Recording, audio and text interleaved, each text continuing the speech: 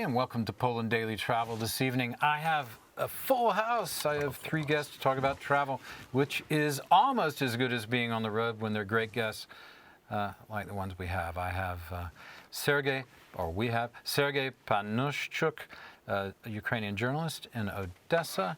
Hi, Sergei. How are you? Hi, I'm good today.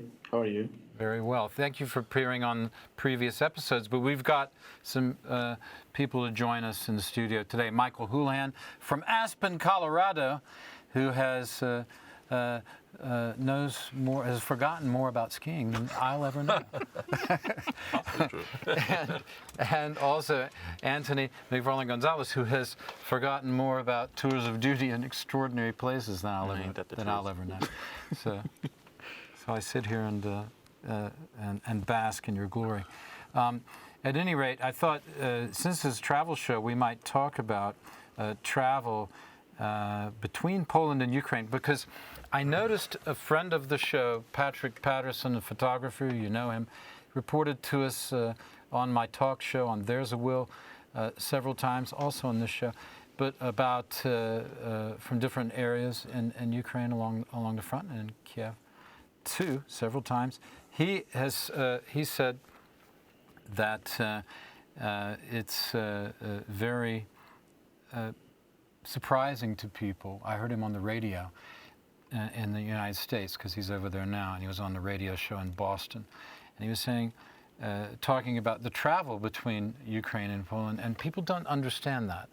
They think, oh, it's really, gosh, you were in Warsaw, it must be dangerous. Or maybe it's just nervousness, they're saying it, because the whole thing is rather scary if you don't know anything about it firsthand. It's scary if you do, too. But, and he was just trying to explain how you travel from Warsaw to Ukraine. It's, gosh, that must be difficult. This is the DJ doing the show. It's iHeartRadio, now that I remember, in Boston, Massachusetts. And I was sitting there going, no, it's not. It's not that hard. Watch my show. Life is normal here, isn't it? And as normal as it can be. Psychically, it's not normal, but, you know, ostensibly, it's normal. It looks normal, and we go through our everyday tasks. But for Sergei, it's difficult to travel because he's not allowed to leave his country. Because men, what is the age that men can't leave? From 18 to 60. 18 to 60. So that's quite a swath of the. I mean, that's anybody who might be presumably able-bodied to fight, and compos mentis, hopefully. So apart from that, getting from Poland to Ukraine, how do you do it? Mike, you were there. How do you do it?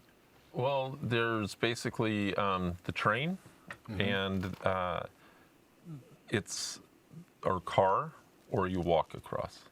And those are the three ways. Can you walk across anywhere? Yeah. No, at the border crossings, yeah. Only certain ones. Yeah. You can walk across. And what you should be expecting is you, in both directions, coming back to Poland or going to Ukraine, you'll have delays at the border. And just how long is a kind of a wild card. So probably the best way for the most efficient border crossing is by train. If you take a private car, which is not a problem, but your delays could be, you could get lucky and get through in like under 2 hours, or you might be there 12 hours. And the thing I don't like, having done it several times, I prefer the train because when they do the passport control, they take all the passports, and basically it takes an hour or so, and you can walk around and you kind of have an idea of a time frame, sort of. When you're in a car or on a bus, which to me is really not fun, you just don't know, and there's nobody giving you an indication, and so you're just waiting, and so it might be, say, 3 hours, right? But it feels like 24 hours. Yeah, some people say, why don't you just take a flight? You can't take a flight. Is it closed? Right. It's closed airspace. You can't fly. Or you can walk, which is, by the way, I did that this time. Medica. Because there's, for example, the overnight train. I think that's the only one open now. Yeah. The overnight train you can book, but it's booked in advance, probably through maybe October or something. Yeah, September. it's actually pre-booked for Yeah.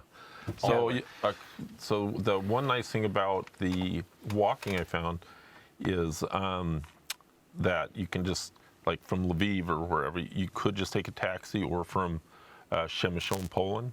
And so you don't have to worry about a real scheduling thing. And it's quite efficient if you're comfortable with your mode of transportation to get dropped off and picked up at the border. Yeah, because you can walk through and get a taxi, for example, to Lviv, and then you have trains from there, or buses from there, and you're in the country, so there are no delays anymore. You rent a car, whatever you want to do. So you can walk through, and I think that's something I've done many times, and I think that's the best way. It sounds scary, right? But it's actually not. It's not, no. Really Yeah. And you can even drive there if you have your own car. You can drive there and park. Right, in the parking lot, and just walk through. I did this many times. But it does take a while. That's what I did. Yeah. I mean, like it took me an hour and a half to walk through, because you do have a border check. You do have to wait for the guys to get you through. Because Sergey, just say, yeah, that's right, because we got to stop this program. We'll get Sergey more tomorrow night. Thanks everybody for watching. It's not so hard. Don't believe the rumors. It's not so hard to travel from Poland to Ukraine, but you must have nerves of steel. Okay, see you tomorrow night. Thanks for watching.